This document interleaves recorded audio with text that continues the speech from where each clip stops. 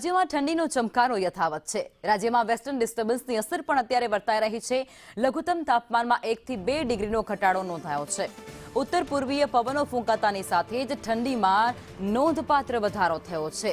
સૌથી ઓછું તાપમાન અત્યારે નલિયામાં નોંધાઈ રહ્યું છે। નલિયામાં 12.2 ડિગ્રી તાપમાન રહ્યું છે, તો અમદાવાદમાં 16.1, ડીસામાં 13.1 ડિગ્રી તાપમાન રહ્યું છે, ગાંધીનગરમાં 15.1, તો વડોદરામાં 16.4 ડિગ્રી તાપમાન નોંધાયું છે। વાત સુરતની, સુરતમાં 18.6, દમણમાં 17.8 ડિગ્રી તાપમાન રહ્યું છે, તો ભુજની અંદર 14.8 અને કંડલા એરપોર્ટ પર 14.3 ડિગ્રી તાપમાન રહ્યું છે। સંવાદદાતા દિવ્યા અમારી સાથે જોડાઈ ચૂક્યા છે। દિવ્યા, રાજ્યની અંદર ઠંડીનો ચમકારો હજુ પણ યથાવત છે અને ઠંડીમાં નોંધપાત્ર વધારો થયો છે, કારણ કે તાપમાન 1 થી 2 ડિગ્રી ગગડી ગયું છે।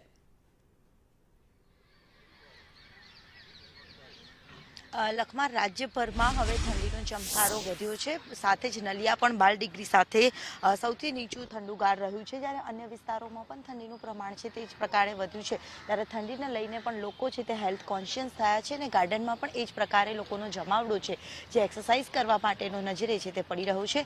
લોકો પણ હેલ્થ કોન્શિયસ થઈ રહ્યા છે અને હેલ્થ માટે અર્લી મોર્નિંગમાં વોક કરવું જરૂરી છે તેવો મેસેજ પણ આપી રહ્યા છે। ત્યારે લોકોમાં પણ એક ઉત્સાહ છે વહેલી સવારનો, જ્યારે વહેલી સવારે ઠંડી પડતી હોય છે, લોકો હેલ્થ કોન્શિયસ થયા છે। આપ કેટલા કલાકની એક્સરસાઇઝ કરો છો? 1 કલાક। લોકોને હેલ્થ કોન્શિયસ થવા માટે શું મેસેજ આપશો? નહીં, એક્સરસાઇઝ જરૂરી છે કાયમી માટે। હાલ ગાર્ડનમાં પણ વધારો જોવા મળી રહ્યો છે લોકોનો, ઠંડી પણ એ પ્રકારે વધે છે, તો શહેરીજનો કઈ રીતે ઠંડીની પણ મજા લેતા હોય છે? મતલબ એક્સરસાઇઝ કરીને? હા, એક્સરસાઇઝ કરીને, રેગ્યુલર એક્સરસાઇઝ જરૂરી છે કાયમી માટે, પણ શિયાળામાં વધુ જરૂરી છે।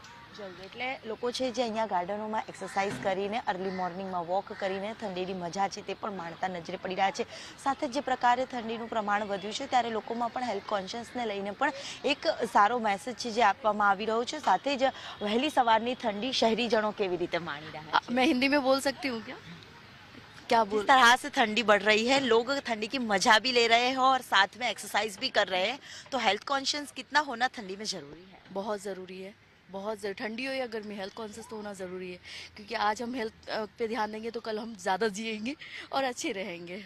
એટલે અર્લી મોર્નિંગમાં મોર્નિંગ વોકર્સનો જમાવડો છે, સાથે જ આવનારા દિવસોમાં ઠંડીનું પ્રમાણ વધે તેવું અનુમાન છે જે રાજ્યના હવામાન વિભાગ તરફથી પણ કરવામાં આવ્યું છે।